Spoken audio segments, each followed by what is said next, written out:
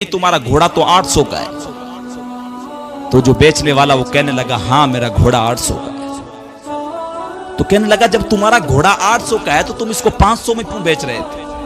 तो कहने लगा मेरी मजबूरी थी। का क्या मजबूरी थी तेरी?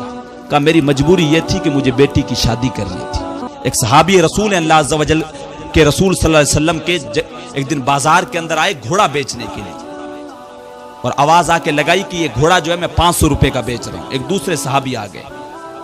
सहाबा जो अरब थे उनका रिवाज ये था घोड़े पे पहले बैठ के चेक करते थे। उन्होंने एक दौड़ लगाई, वापस लाके जो है आके कहा ये तेरा घोड़ा तो 600 रुपए दूंगा, लेगा? उसने कहा मैं तो 500 का बेच रहा था, अगर तुम 600 दे रहे हो तो बिस्मिल्लाह। तो फिर वो कहने लगा नहीं नहीं 700 दूंगा। उसने कहा और बहुत अच्छी बात है 700 दोगे तो फिर वो जो है साहबी रसूल दूसरे वाले कहने लगे नहीं नहीं तुम्हारा घोड़ा तो 800 का है। तो जो बेचने वाला वो कहने लगा हाँ मेरा घोड़ा 800 का है।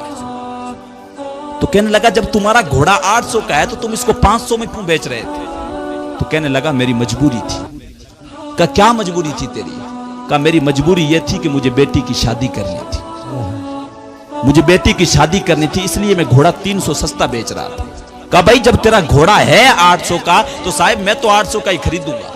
800 रुपए दिए, घोड़ा लेके जब जाने लगा तो उस घोड़े वाले ने कहा चलो मेरी तो मजबूरी थी, मैं 300 सस्ता बेच रहा था, मुझे बेटी की शादी करनी थी। तेरी कौन सी मजबूरी थी? जब तुझे 500 में मिल रहा था तूने 300 महंगा क्यों खरीदा?